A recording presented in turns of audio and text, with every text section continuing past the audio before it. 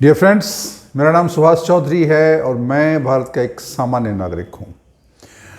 आज का वीडियो बहुत इम्पोर्टेंट है हमारे सारे सीनियर सिटीजन फ्रेंड्स के लिए, दोस्तों के लिए, मित्रों के लिए, बुज़ुर्गों के लिए, बुज़ुर्ग होते हुए लोगों के लिए, बुज़ुर्ग होने वाले लोगों के लिए बहुत इम्पोर्टेंट है, बहुत ज़रूरी है। तो अगर आपकी उम्र 50, 55, 60, 65, 70 या उससे ज़्यादा है तो ये वीडियो आपके लिए बहुत ज़रूरी है, बहुत इम्पोर्टेंट है। इसको ध्यान से सुनिए, इसको स्किप नहीं करिएगा। बहुत इम्पोर्टेंट चीज़ बताने वाला हूँ। आप अक्सर देखते हैं कि ज़िंदगी में इंसान को बहुत सारी बीमारियाँ होती रहती हैं और उम्र बढ़ने के साथ जैसे जैसे आपकी एज बढ़ती है आपकी बीमारियाँ भी बढ़ती जाती है। शुरू में थोड़ा बहुत रहता है, सर्दी खांसी बुखार बचपन में होता है, कभी ठंडी लग गई, कभी बुखार हो गया, लेकिन जब आपकी उम्र बढ़ने लगती तो नई नई बीमारियाँ लगती हैं। Blood pressure, sugar, diabetes, heart problem, kidney की प्रॉब्लम, लीवर की प्रॉब्लम और बहुत सारे दिक्कतें आने लगती हैं। तो खासकर बुज़ुर्गों को ओल्ड एज में उनकी इम्यूनिटी बहुत कमज़ोर होती है, उनके सेल्स बनने कम हो जाते हैं, उनका पूरा बॉडी सिस्टम कमज़ोर हो जाता है, बिकॉज शरीर उनका जर्जर हो जाता है, पुराना हो जाता है। इट्स नॉट सो यंग, ये जवान लोगों का शरीर नहीं है, बूढ़े लोगों का शरीर है। तो कोई भी बीमारी उनको ज़्यादा अफेक्ट करता है, ज़्यादा उनको तकलीफ़ देता है। और ओल्ड एज में अगर बीमारी ज़्यादा हुई तो आपको होगा इन्फेक्शन, आपको होगा सूजन शरीर के विभिन्न भागों में। और सूजन और इन्फेक्शन, संक्रमण और सूजन, इन्फ्लेमेशन एंड ये इन्फेक्शन, ये दो चीज़ें जो है वो बुज़ुर्गों को बहुत अफेक्ट करता है। उसकी वजह से एक बीमारी होती है, दूसरी बीमारी होती है, तीसरी बीमारी होती है, एक को ठीक करो दूसरा आ जाता है, दूसरा ठीक करो तीसरा आ जाता है, फिर वो एक कहानी शुरू हो जाती है। तो आज उस कहानी को कम करने के लिए, उस कहानी का अंत करने के लिए, उस कहानी से बाहर आने के लिए मैं बताने जा रहा हूँ कुछ ऐसे मंत्र, कुछ 5 एक्टिविटीज़ बताने जा रहा हूँ। ये डेली रिचुअल में शामिल कर लिए, मतलब जैसे डेली आप ब्रश करते हैं, दाढ़ी बनाते हैं, अगर पुरुष हैं तो ठीक है, पुरुष नहीं है तो मुँह हाथ साफ़ करते हैं, स्नान करते हैं, खाना खाते हैं, वॉशरूम जाते हैं, जो डेली रिचुअल है उसी तरीके से ये डेली का काम है। अगर इन 5 कामों को, ऐसे तो एक काम इसमें ज़बरदस्त है लेकिन मैं 5 काम कहूँगा और लास्ट वाला आप ध्यान से सुनना। अगर ये 5 काम आप करते हैं तो आप ये समझ लीजिए कि 90 से 95% बीमारियां आपको होगी नहीं, है तो कमज़ोर हो जाएगी, छूट जाएगी, ख़त्म हो सकती है। डिपेंड करता है आप कितना मेहनत करते हैं। इसके करने से बूढ़े लोगों के लिए खासकर उनकी याददाश्त वापस आ सकती है, याददाश्त मजबूत हो जाती है। अगर भूलना शुरू हुआ तो भूलना बंद हो जाएगा, याददाश्त अच्छी रहेगी। एवं आप समझिए आपकी वेसल हेल्थ, मतलब कार्डियोवैस्कुलर प्रॉब्लम जो है वो आपकी कम हो जाएगी, हार्ट आपका बढ़िया हो जाएगा, डायबिटीज़ ख़त्म हो सकता है या बहुत कम हो जाएगा, और एवन कैंसर की भी संभावना कम हो जाएगी, कैंसर भी ख़त्म हो जाएगा, हो सकता है अगर आप मेहनत करते हैं, आप में अगर वो जोश है, वो करने की हिम्मत है तो वो भी हो सकता है। लेकिन ये काम आपको करना है। 50 के ऊपर अगर हैं तो आप शुरू कर दीजिए, 45-50 के ऊपर हैं तो शुरू कर दीजिए, 60 के ऊपर हैं तो कल से शुरू करिए, और अगर आप 70 के ऊपर हो गए, 65-70 के ऊपर हो गए, अभी से वीडियो देखा शुरू कर दीजिए। ये शुरू करिए और जो मैंने बोला है वो निश्चित रूप से होगा, आप शुरू करके देखिए। तो आज हम ऐसी बातें करेंगे, ऐसे 5 एक्टिविटीज़ की बात करेंगे, 5 चीज़ों की बात करेंगे जो अनमोल है, उसको करने से आपका पूरा सिस्टम ठीक हो जाएगा। सबसे पहली चीज़ याद रखिए, इसको हल्के में मत लीजिएगा। आप ये मत सोचिए ये तो मुझे पता है, अरे ये तो हर कोई जानता है पर मानता नहीं है, मानता है तो करता नहीं है, करता है तो रेगुलर नहीं करता है, और कोई चीज़ अगर रेगुलरिटी के साथ ना हो, रेगुलर न किया जाए तो उसका लाभ नहीं मिलता है। तो सबसे पहली चीज़ है आपका मॉर्निंग हाइड्रेशन, मतलब सुबह शरीर में पानी जाना चाहिए। सुबह सवेरे उठ के 5 बजे 6 बजे जब भी आपकी नींद खुलती है, चाय कॉफ़ी बाद में पीना, पहले पानी पी लो, पानी पहले पी लो। क्यों? अभी मैं आपको उसका कारण बताऊंगा। और अगर नहीं करते हैं तो क्या होगा, और अगर आप करते हैं तो क्या होगा, ठीक है ना। तो अगर आप पानी नहीं पीते हैं तो इसका कैस्केडिंग इफेक्ट होगा, मतलब बहुत सारे तकलीफ़ें आपकी हो जाएंगी, क्योंकि रात भर आपको पानी नहीं मिलता है। आप 6-8 घंटा सोते हैं तो आपका पानी नहीं मिलता है, तो और जो बचा हुआ है रात का पानी, रात में आपने पानी पिया, 6-8 घंटे आप सोए रहे, नॉर्मली तो मैं बोलता हूँ कि 7-8 के बाद पानी मत पीजिए, तो 8 घंटा 10 घंटा आपका शरीर पड़ा रहता है। इसमें आपको डिहाइड्रेशन होने की संभावना रहती है, डिहाइड्रेशन हो जाता है। क्यों हो जाता है? क्योंकि आपको पानी जो है ना, आपके सांस के थ्रू, आपके स्वेटिंग के थ्रू और मेटाबॉलिक प्रोसेस के थ्रू पानी की मात्रा शरीर में कम हो जाती है। जब पानी की मात्रा शरीर में कम हो जाती है तो क्या होता है? ब्लड आपका थिक हो जाता है, थोड़ा मोटा होने लगता है। ब्लड थिक होता है, उससे क्या होता है? आपका डाइजेशन अफेक्ट होता है, आपका डाइजेशन ठीक से नहीं होगा। आपकी एफिशिएंसी, जो ब्लड वेसल्स ऑक्सीजन को विभिन्न भागों, शरीर के विभिन्न भागों में पहुंचाता है, उसकी एफिशिएंसी कम हो जाती है। मतलब ऑक्सीजन शरीर के विभिन्न भागों में, खासकर हार्ट में, ब्रेन में और जो आपके मेजर ऑर्गन्स हैं, उसको प्रॉपरली नहीं मिलता है, तो इससे ब्रेन, हार्ट और किडनी ये अफेक्ट हो सकता है। उसके ऊपर चूंकि ब्लड जो है मोटा हो गया, विस्कस हो गया, थिक हो गया, तो हार्ट को पंप करने के लिए ज़्यादा मेहनत करनी पड़ती है। आप समझ रहे हैं ना? हार्ट को पंप करने के लिए ज़्यादा मेहनत करनी पड़ती है, उस ब्लड को पंप करने के लिए ज़्यादा मेहनत करनी पड़ती है। और ब्लड को पंप करने के लिए ज़्यादा मेहनत करनी पड़ेगी तो कहाँ पर प्रेशर पड़ेगा? वेसल्स पे, नस पे, नसों में। और बाय द वे, अगर आपको हार्ट की प्रॉब्लम है, अगर आपका कोलेस्ट्रॉल ज़्यादा है, अगर आपको ब्लड प्रेशर की प्रॉब्लम है, तो ये समस्या बहुत ज़्यादा बढ़ सकती है।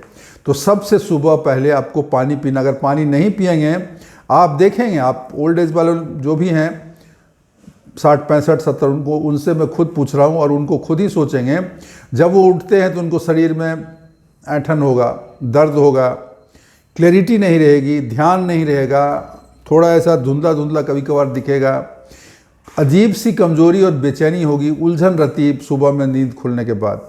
बहुत लोगों को होता है, कुछ लोगों को नहीं भी होता होगा, बहुत लोगों को होता है, क्योंकि आपके शरीर में ऑक्सीजन की मात्रा कम है। ऑक्सीजन की मात्रा कम है क्योंकि आपके शरीर में पानी कम है, और पानी कम है तो ये सारी समस्याएं होती है। इसके लिए पानी पीना आपके लिए बहुत ज़रूरी है। 2 गिलास कम से कम आप पानी सुबह पी लीजिए, क्योंकि ओवर टाइम, धीरे धीरे, अगर आपका एक बार हुआ तो कोई बात नहीं, लेकिन डेली का अगर डिहाइड्रेशन है, अगर डेली आप डिहाइड्रेशन फील कर रहे हैं या आपके शरीर को हो रहा है, आपको पता तो चलेगा नहीं, डिहाइड्रेशन हो रहा है, तो ये आपके शरीर में इन्फ्लेमेशन, मतलब सूजन को बढ़ा देता है। उसके साथ साथ इसकी वजह से आपको हार्ट डिजीज़, आर्थराइटिस या उन कैंसर होने की संभावना बढ़ जाती है। तो पानी पीना आपके लिए बहुत ज़रूरी है। क्या करता है पानी? देखिए, ये आपके कार्डियोवैस्कुलर सिस्टम को, मतलब हार्ट को मजबूत करता है, उस हेल्थ को इम्प्रूव करता है। डिहाइड्रेटेड ब्लड जो है ना, वो थिक हो जाता है और विस्कस हो जाता है, मतलब लसीला हो जाता है। इससे हार्ट को ज़्यादा पंप करना पड़ता है और ब्लड सर्कुलेशन प्रॉपरली नहीं होता है। ठीक है, ये जो है ना स्ट्रेन क्रिएट करता है हार्ट पे, बॉडी पे, और आपका ब्लड प्रेशर बढ़ जाता है। लेकिन जब पानी पी लेते हैं तो ब्लड की फ्लूइडिटी, मतलब उसका पतलापन आ जाता है, वो पतला हो जाता है, और जो हार्ट पे एक्स्ट्रा वर्कलोड था वो ख़त्म हो जाता है, और आपके शरीर के विभिन्न भागों में ज़्यादा बेहतर ब्लड सर्कुलेशन होता है, आपको ज़्यादा ब्लड मिलता है, और ब्लड ज़्यादा मिलने का मतलब आपका ऑक्सीजन लेवल शरीर में बढ़ जाता है। तो ये जो है ना बहुत ज़रूरी है। और दूसरी चीज़ बहुत इंपॉर्टेंट, हाइड्रेशन जो है ना, पानी ब्रेन के लिए बहुत इंपॉर्टेंट। जब आप ओल्ड एज हो जाते हो, आपका ब्रेन फंक्शनिंग स्लो हो जाता है, आपका ब्रेन स्लो फंक्शन करता है। ब्रेन का 75% इज़ वाटर, ब्रेन का 75% जो है वो पानी है। तो अगर ब्रेन को पानी पूरा नहीं मिलेगा तो क्या होगा? वो प्रॉपरली काम नहीं करेगा। आपका कॉग्निटिव परफॉर्मेंस, मतलब पहचानने की शक्ति, याद करने की शक्ति, मेमोरी की चीज़ें वो वीक हो जाएंगी, आप भूलने लगेंगे, आपका फोकस कम हो जाएगा, और आपका रिएक्शन टाइम, मतलब जवाब आप देते हैं उसमें देर से आप जवाब देंगे, क्योंकि brain functioning has become slow. और तीसरी चीज़ बहुत इंपॉर्टेंट, मॉर्निंग वाटर जो है ना आपके बॉडी को नेचुरली डिटॉक्सिफाई करता है, मतलब जितनी जहरीली चीज़ें हैं, जितनी गंदगी हैं, जितनी वो चीज़ें हैं, वो पेशाब के रास्ते से आपके निकल जाती हैं। तो that is the natural detoxification activity. उससे आपके शरीर को डिटॉक्सिफाई हो जाता है, उसकी वजह से आपका हेल्थ अच्छा हो जाता है।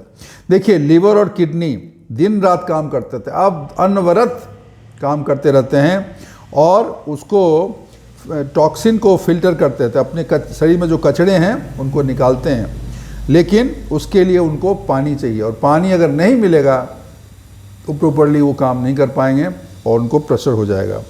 सो ऐसा पाया गया है कि क्रोनिक डिहाइड्रेशन अगर आपको है, क्रोनिक डिहाइड्रेशन मतलब पानी आप बहुत कम पीते हो और बरसों से ऐसा हो रहा है, पुराना डिहाइड्रेशन हो गया, उसकी वजह से आपको किडनी स्टोन की प्रॉब्लम हो सकती है, यूटीआई यूरिनरी ट्रैक्ट इन्फेक्शन ये हो सकता है, और कुछ कैंसर जैसे bladder cancer and colon cancer उसकी भी संभावना हो सकती है। डायरेक्ट नहीं है बट ये लिंक है।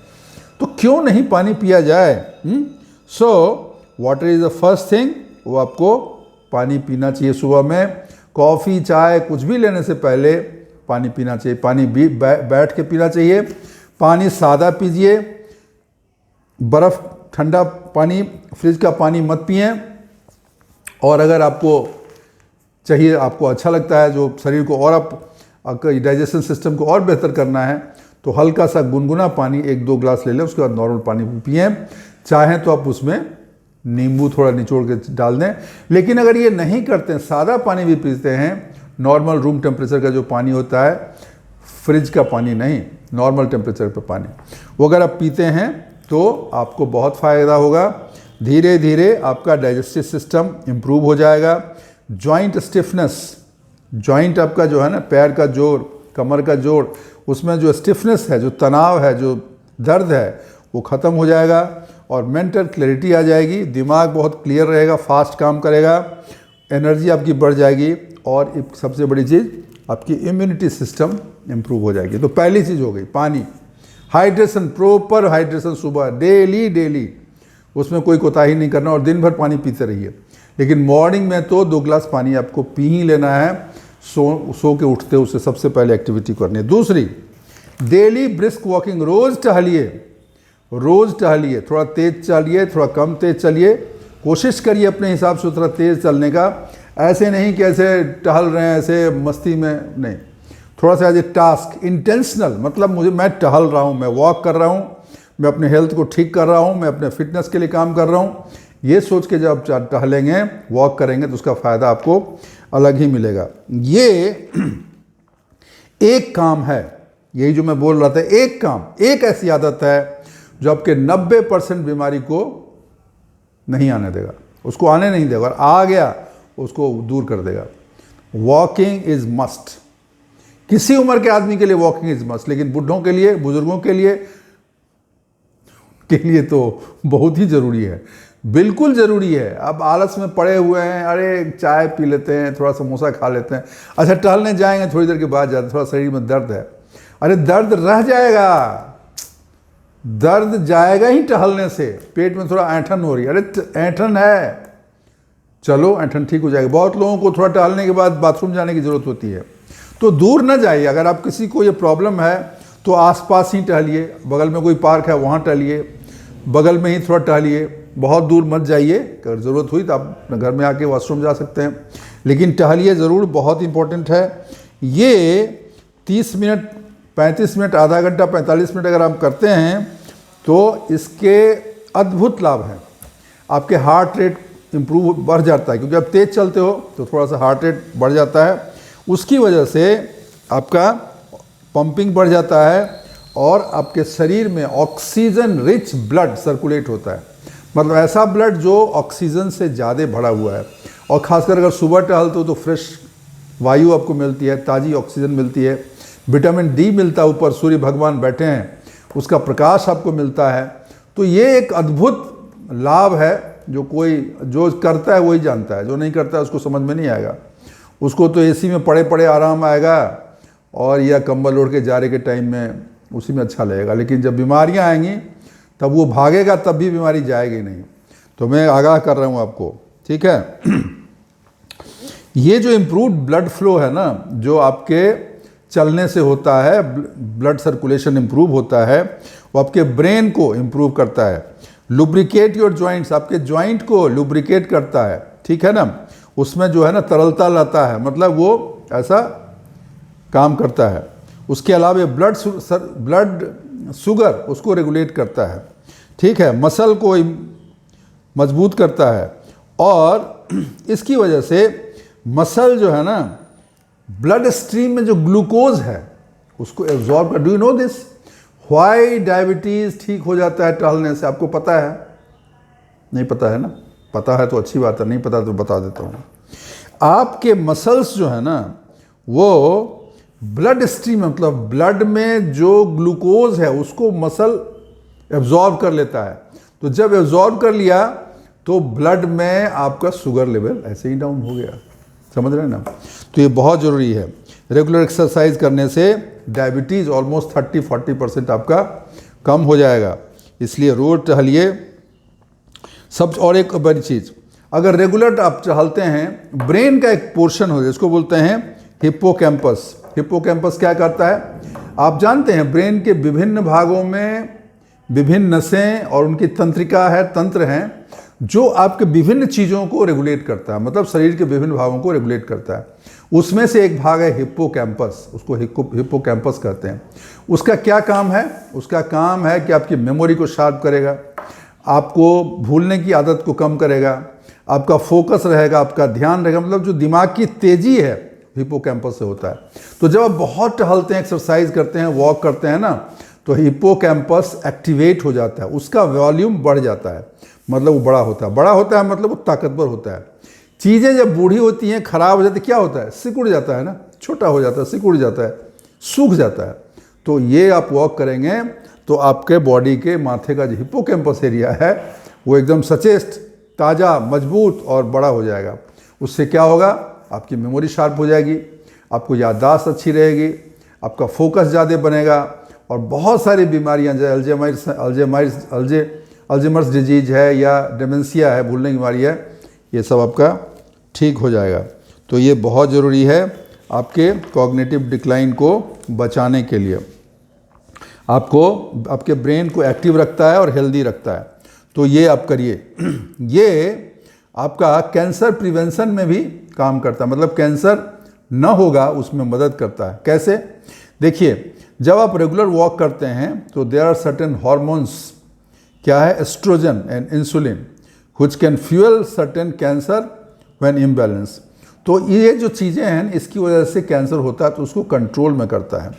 इट ऑल्सो हेल्प्स इम्यूनिटी, आपके शरीर की रोग प्रतिरोधक शक्ति को भी ये बढ़ाता है, और ये ऐसे चीज़ों को, ऐसे हार्मोन्स को आइडेंटिफाई करता है जो एबनॉर्मल सेल बनाते हैं। वही एबनॉर्मल सेल, जो खराब सेल हैं, उसको आइडेंटिफाई करके उनको नष्ट कर देता है।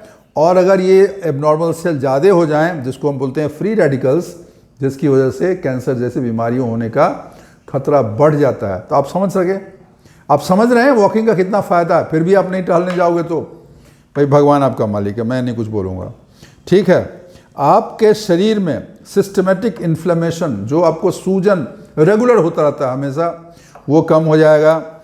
और आपको थोड़ा सा, और चलने की बात जैसे मैंने की, थोड़ा सा तेज़ चलिए, 4 किलोमीटर 5 किलोमीटर अगर पर घंटे हैं तो अच्छा है, नहीं है उतना तब भी ठीक है, कुछ नहीं से कुछ तो अच्छा है, ठीक है।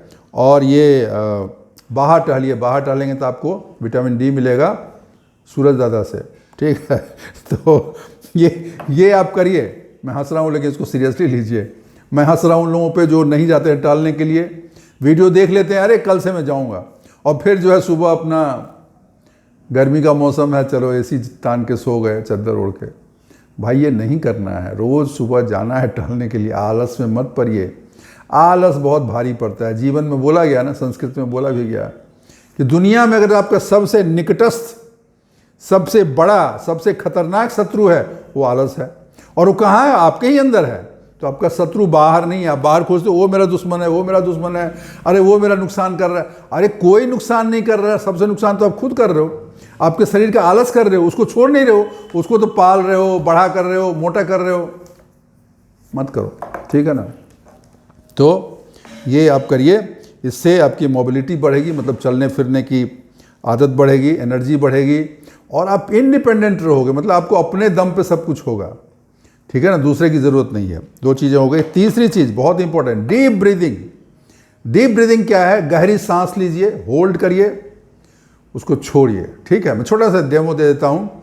1 2 3 4, 4 गिनूंगा खींचते हुए, 1 2 3 4 होल्ड करूँगा, 1 2 3 4 उसको छोड़ूंगा। मुंह से भी छोड़ सकते हैं, नाक से भी छोड़ सकते हैं, देख लीजिए।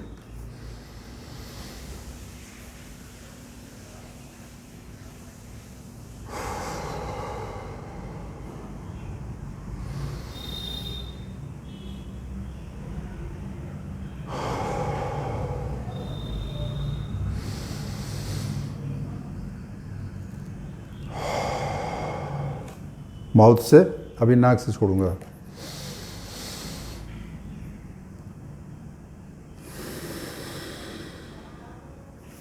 एक 2 3 4 खींचना है, 1 2 3 4 होल्ड करना है, 1 2 3 4 छोड़ना है। मतलब 4 सेकेंड अगर आप लेने में समय लगाते हैं तो 4 सेकेंड होल्ड करिए, 4 सेकेंड में छोड़िए। अगर 5 सेकेंड लेते हैं सांस को खींचने में तो 5 सेकेंड होल्ड करिए, 5 सेकेंड में छोड़िए। मतलब धीरे धीरे लेना है और धीरे धीरे छोड़ना है। ये जितना धीरे धीरे करेंगे उतना ही ज़्यादा लाभ होगा। 4 सेकेंड 5 सेकेंड अगर आप करते हैं, 5 second 6 second, that is quite good, उससे वो आपको फ़ायदा होगा, ठीक है। तो ये अगर आप करते हैं, इसके अद्भुत लाभ हैं, अद्भुत। उसके साथ हमने बोला माइंडफुल स्टिलनेस, मतलब आप स्थिर हैं, आप चुपचाप बैठे हैं और आप ये सजग हैं कि मैं स्थिर बैठा हुआ हूँ। This called mindful stillness. बहुत सारे बीमारियों का इलाज है deep breathing along with mindful stillness. ये क्या फ़ायदा करता है मैं आपको बता रहा हूँ। Physical and mental health by reducing stress, stress कम करता है। इन्फ्लेमेशन, सूजन को कम करता है। आपकी मेमोरी को तेज करता है, आपकी इम्यूनिटी को बढ़ाता है एंड ओवरऑल आपके रेजिलियंस, बॉडी के रेजिलियंस को, मतलब थोड़ा हिलडुल हुआ, थोड़ा इधर हुआ उधर, लेकिन संभाले रखेगा, तो ये रेजिलियंस आपका बढ़ाता है, ठीक है। इसको हम बोलते हैं, it is a game changer, मतलब पूरा हारता हुआ खिलाड़ी को जिता देगा। This one thing, deep breathing and mindful stillness. ये जो है ना, जो पूरा हारा हुआ खिलाड़ी है उसको जितवा देगा, ये अगर आप करते हैं तो, ठीक है। जब आप, कैसे होता है देखिए, जब आप स्लो एंड डेलिब्रेट ब्रीद लेते हैं, चेस्ट के नीचे ये डायफ्राम है जिस पे टिका हुआ है, वो स्ट्रेच होता है, मतलब वो फैलता है। और इसके फैलने से क्या होता है बताइए? आपके बॉडी का पैरासिम्पैथेटिक नर्वस सिस्टम एक्टिवेट होता है, स्ट्रॉन्ग होता है। What is parasympathetic nervous system? एक होता है सिंपैथेटिक नर्वस सिस्टम, दूसरा है parasympathetic nervous system. Sympathetic nervous system क्या है? जब आप टेंशन में हो तो आपका ब्लड प्रेशर बढ़ाना, आपका ब्लड सर्कुलेशन बढ़ाना है, आपकी हार्ट रेट बढ़नी है, आप सजग हो, एकदम सचेत हो, वो अच्छा है ताकि आप उस समय के खतरे से निकल जाएं। लेकिन अगर 24 घंटे उस स्थिति में रहोगे तो आप बीमार पड़ जाओगे। तो जब आदमी सचेत रहता है, जब एकदम सतर्क रहता है, उसमें उसकी ब्लड प्रेशर बढ़ जाता है, उसका हार्ट रेट बढ़ा जाता है और शरीर में कॉर्टिसोल नामक एक हार्मोन सेक्रीट होता है, मतलब निकलता है। कॉर्टिसोल हार्मोन क्या करता है? आपको तनाव, अगर ज़्यादा कॉर्टिसोल आपके शरीर में हमेशा होगा तो आप तनावग्रस्त रहोगे, आप बीमार पड़ सकते हो। वो ज़रूरी है लेकिन हमेशा नहीं होना चाहिए कॉर्टिसोल। लेकिन अगर आपको पैरासिम्पैथेटिक क्या है? ये हो गया सिंपैथेटिक नर्वस सिस्टम, ठीक है, नर्वस सिस्टम। दूसरा है parasympathetic nervous system. Parasympathetic nervous system क्या है? शांत, बिल्कुल शांत। Blood pressure low, heart rate low, pulse low, normal, शरीर शांत, चित्त शांत, ये दोनों का कॉम्बिनेशन बहुत ज़रूरी है। अगर, क्योंकि सिंपैथेटिक नर्वस सिस्टम तो आपका एक्टिवेट होता ही रहेगा दिन भर, लोग आ जाते हैं परेशान करने के लिए, उलझन करने के लिए, क्रिएट करने के लिए, टेंशन दुनिया भर की, पैसे की चिंता, बीमारी की चिंता, संबंधों का परेशानी, उसकी वजह से आपका ये सिंपैथेटिक नर्वस सिस्टम का एक्टिवेट रहता है। लेकिन उसको काउंटर करने के लिए, पैरासिम्पैथेटिक नर्वस सिस्टम को जागृत करने के लिए, मजबूत बनाने के लिए ये है। तो इसको आप ज़रूर करिए, ये आपकी ज़िंदगी में बदलाव ला देगा। ये आपको नया चीज़ें करता है, जैसे आपकी कॉर्टिसोल की तो बात हमने कर दी, ठीक है ना। क्रोनिक कंडीशन आपको ठीक करता है, जैसे क्रोनिक हार्ट की प्रॉब्लम है, आर्थराइटिस की प्रॉब्लम है, न्यूरोजेनरेटिव डिजीज है, उस सब को ये ठीक करता है, जैसे डिमेंशिया है। तो और ये पाया गया है कि अगर ये डीप ब्रीदिंग करते हैं, गहरा, जिसमें आपका चेस्ट पूरा फूलता है, ये आपके हार्ट रेट वेरिएबिलिटी HRV को कम कर देता है। मतलब आपका हार्ट रेट वेरी ज़्यादा नहीं करेगा, इससे आपका ठीक रहेगा, हार्ट का फंक्शन ठीक रहेगा, पूरा सिस्टम आपका ठीक रहेगा, ठीक है। तो ये बहुत ज़रूरी है। इसके अलावा आपको रिस्क का खतरा कम हो जाता है, हार्ट की प्रॉब्लम, ब्लड प्रेशर, ये सारी चीज़ें कम हो जाती हैं। आपका हार्ट, लंग्स, डाइजेस्टिव सिस्टम, ये सारी चीज़ें बेहतर काम करती हैं, इसीलिए इसको प्रैक्टिस करिए। और अब हम बात करते हैं माइंडफुल स्टिलनेस। इसमें क्या करना है? कुछ नहीं करना, चुपचाप बैठ रहा है, जजमेंटल नहीं होना है। विचार आ रहे हैं, जा रहे हैं, विचार आ रहे हैं, जा रहे हैं, कुछ उसको साक्षी भाव से देखो, दूर सोचो, मैं दूर बैठ के देख रहा हूँ, कोई विचार आया, रुका, चला गया, दूसरा विचार आया, रुका, चला गया। इसलिए क्या करना है? शांत स्थान में चुपचाप स्थिर बैठ जाइए, कंफर्टेबल पोजीशन में, सुखासन में बैठ रहे हैं, पद्मासन में, जिस भी आसन में आपको लगे, कंफर्टेबली शांत होकर बैठ जाइए, विचारों को आने जाने दीजिए और अपने विचारों पर नज़र रखिए। लेकिन जजमेंटल मत, अरे बुरा विचार क्यों आ गया, ये अच्छा विचार क्यों नहीं आ रहा है, ये नहीं सोचना है। ये धीरे धीरे आप डेली करेंगे तो बहुत फ़ायदा होगा, इससे आपका बहुत लाभ होगा। ये 2-3 चीज़ें हो गई। चौथी चीज़, कोल्ड वाटर एक्सपोजर, ठीक है। कोल्ड वाटर एक्सपोजर क्या है कि ठंडा पानी का इस्तेमाल करना। जैसे हम लोग के पहले गांव में या शहर में अभी भी बहुत इंसान थका रहता है तो पानी का ऐसे छपा कर डालता है आँख पे, चेहरे पे। इसी तरीके से पुराने ज़माने में, अभी गांव के लोग अभी भी करते हैं, ठंडे पानी में नहाते हैं। ठंडे पानी में नहाने से क्या होता है कि फॉर सम टाइम आपका जो स्किन है ना वो ठंडा में आता है, तो उसकी जो नसें कंस्ट्रिक्ट हो जाती हैं, मतलब थोड़ा चिपकती हैं। और जब चिपकती हैं और जब उससे बाहर आते हो तो ब्लड फ्लो एकदम तेज़ी से बढ़ता है। तो ये जो तेज़ी से ब्लड फ्लो बढ़ता है तो उससे आपका ब्लड सर्कुलेशन इंप्रूव हो जाता है, आपको फ्रेशनेस आती है, आपका मूड ताजगी से बढ़ जाता है। ये बहुत अच्छा उपाय है, लेकिन इसमें ध्यान रखना है कि बहुत ज़्यादा ठंडा पानी और बहुत ज़्यादा समय के लिए एक्सपोजर नहीं लेना है, वो आपको खतरनाक हो सकता है। तो ये है कि थोड़ा सा पानी, स्पेशली सर को और चेस्ट को, इसको बचाइए ठंडे पानी के एक्सपोजर से। मुंह पे, हाथ पे, पैर पे, इसमें ठंडे पानी से आप धोइए, नसों को धोइए, मतलब हाथ को धोइए, पैर को धोइए, चेहरा को धोइए। इससे अगर रेगुलर करते हैं, इससे आपके बहुत ज़्यादा फ़ायदा होगा, क्योंकि जब स्किन आपके कोल्ड वाटर के कांटेक्ट में आता है तो एक ये इनिशिएट करता है कंट्रोल्ड स्ट्रेस रिस्पॉन्स, जिसको हॉर्मियोसिस कहते हैं। और ये प्रोसेस जो है ना माइल्ड स्ट्रेस क्रिएट करता है, और बाद में तेज़ी से जब ब्लड सर्कुलेशन फ्लो होता है तो आपका सर्कुलेशन बढ़ जाता है। इस वजह से आपका ब्लड फ्लो इम्प्रूव होगा, ऑक्सीजन आपके शरीर में ज़्यादा, टिश्यूज़ को ज़्यादा मिलेंगे, कार्डियोवैस्कुलर हेल्थ आपका इम्प्रूव होगा, और न्यूट्रिएंट डिस्ट्रीब्यूशन ज़्यादा बेहतर तरीके से शरीर में होता है। तो इसको आप करिए, इससे आपको बहुत फ़ायदा होगा, ठीक है। अब हम बात करते हैं 5वीं चीज़, ये बहुत ही इम्पोर्टेंट है, वो है सोने का समय तय कर लीजिए। एक ही समय पे सोइए, एक ही समय पे उठिए, ठीक है ना। क्यों ज़रूरी है? क्योंकि जब एक आदत लगा देते हो शरीर को, तो शरीर को पता रहता है मेरा सोने का टाइम हो गया, मुझे आराम करने का समय आ गया।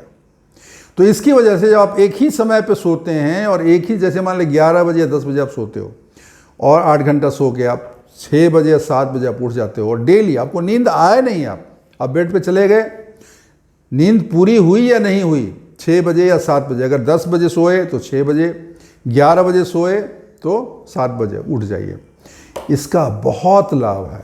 इससे क्या होगा, आपको पता है ना, शरीर का एक नेचुरल टाइमिंग है जिसको बोलते हैं सर्केडियन क्लॉक या सर्केडियन रिदम, जिसमें कि हिसाब से रात सोने के लिए है और दिन जो है काम करने के लिए है। वो जो क्लॉक है वो इम्प्रूव हो जाएगा, वो ठीक हो जाएगा। उससे क्या होगा कि आपका जो क्रिटिकल फिजियोलॉजिकल प्रोसेस है वो इम्प्रूव हो जाएगा, हार्मोन्स रेगुलेट हो जाएंगे, टिश्यू रिपेयर होंगे।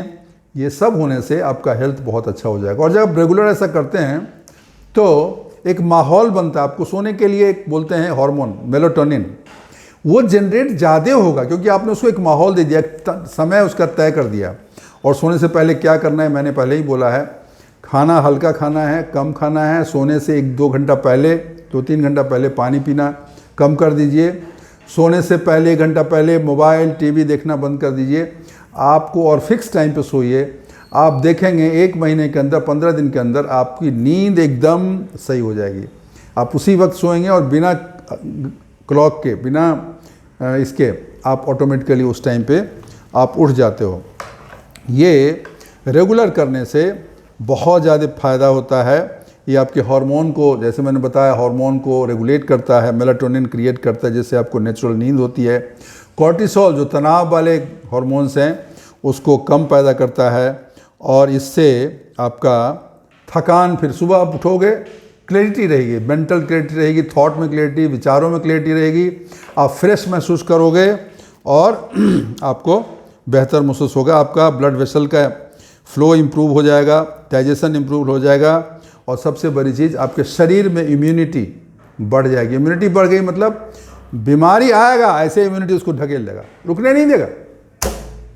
और बुजुर्गों को वो बहुत ज़रूरी, क्योंकि बीमारियां तो उसको ऐसे ही हमला करने के लिए बैठे रहते हैं। कहाँ बूढ़ा आदमी है, 60 के ऊपर है, हाँ चलो हमला करो। तो उसके बचने के लिए अगर ये 5 उपाय हैं, इसको रेगुलरली करिए। और मेरे बुजुर्ग दोस्तों, मेरे भाइयों, आप इसको करके देखो। ये सिर्फ सुनने की बात नहीं है, करके देखो। सर्तिया अगर 3 महीना भी आप कर ले तो आपको निश्चित रूप से एकदम क्लियर कट लाभ मिलेगा। और अगर रेगुलर करते हो तो 90% से 95%, 98% बीमारियां आपको होंगी नहीं, अगर नहीं है तो हैं तो वो भी कम हो जाएगी, ठीक हो जाएगी, बहुत खुद ही फ़ायदा आपको महसूस होगा। तो दोस्तों इसको ज़रूर करिए और इसको करने से आप हमें क्या फ़ायदा, आप कुछ करते हैं तो बताइए, अपने कमेंट्स डालिए। तो अगर ये वीडियो आपको अच्छी लगी हो तो इसको लाइक करिए और चैनल को सब्सक्राइब नहीं किया है तो अभी कर दो, बहुत ज़रूरी है। आपको ऐसे इन्फॉर्मेटिव वीडियो आपको कहीं मिलेंगे नहीं, मैं ही लाता हूँ ये खोज के और आपके लिए लाता हूँ। अपने दोस्तों को शेयर करिए। और इससे पहले कि वीडियो बंद करूँ, 2 लाइन आपको सुना के जाता हूँ। ये जीवन का मूल मंत्र है, इसको सुनिए, समझिए और इसको जीवन में करिए। मुश्किलों से भाग जाना आसान होता है, मुश्किलों से भाग जाना आसान होता है, हर पहलू जिंदगी का इम्तिहान होता है। मुश्किलों से भाग जाना आसान होता है, हर पहलू जिंदगी का इम्तिहान होता है। डरने वाले को मिलता नहीं कुछ जिंदगी में, डरने वाले को मिलता नहीं कुछ जिंदगी में, लड़ने वालों के कदमों में जहान होता है। तो दोस्तों इन्हीं शब्दों के साथ आज का वीडियो ख़त्म कर रहा हूँ। थैंक यू, शुक्रिया, धन्यवाद।